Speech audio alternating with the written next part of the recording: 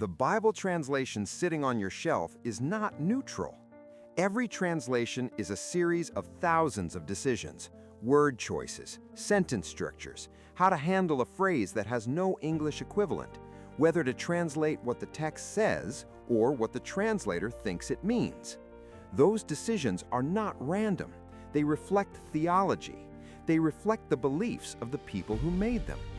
Most Christians pick a translation the way they pick a church, based on what they grew up with or what feels comfortable. Almost no one asks, what theological assumptions are baked into this version?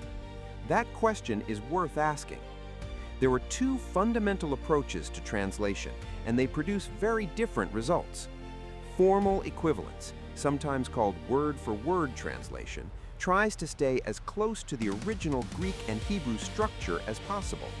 The KJV, ESV, and NASB work this way. The goal is to give you the original text's architecture. The trade-off is that it can feel wooden or difficult in places where ancient language patterns don't map cleanly into English. Dynamic equivalence, sometimes called thought for thought, asks, what did the original author mean to communicate? Then it renders that meaning in natural modern English.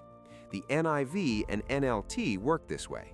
The trade-off is that the translator has already made interpretive choices before you even start reading. Neither approach is dishonest, but they are different projects. Here is the problem.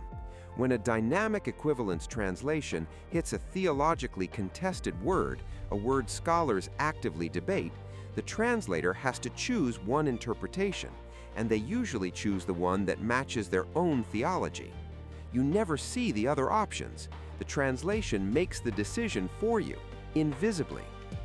Here's a concrete example. The Greek word doulos appears over 120 times in the New Testament.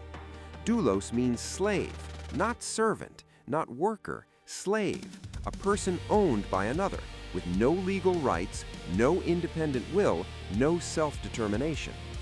Paul uses doulos to describe his relationship to Christ. He calls himself a slave of Jesus. That is a radical, demanding image. It means everything belongs to the master. Your agenda, your time, your plans, all of it. Now check your translation.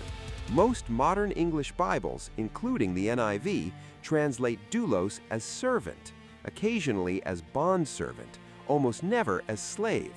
Why? Because slave is an uncomfortable word. It carries weight. American translators in particular have been reluctant to use it because of the cultural history. So a translation decision driven partly by cultural sensitivity has quietly softened one of Paul's sharpest images. Millions of Christians read servant and picture something far less demanding than what Paul actually wrote. That is not a conspiracy.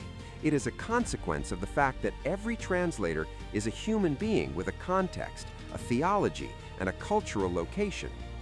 This is why reading multiple translations matters, and why learning even a handful of Greek and Hebrew terms, the ones we study here, is not academic. It is practical.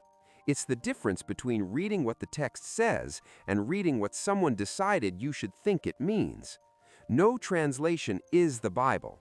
Every translation is an interpretation of the Bible. The translation you use is a theological statement, whether you made it consciously or not. That is not a reason to panic. It is a reason to read with more awareness. Drop a comment. Which translation do you use? And did you choose it intentionally? Next week, we go deeper into one of the most contested words in the entire New Testament. Subscribe so you don't miss it.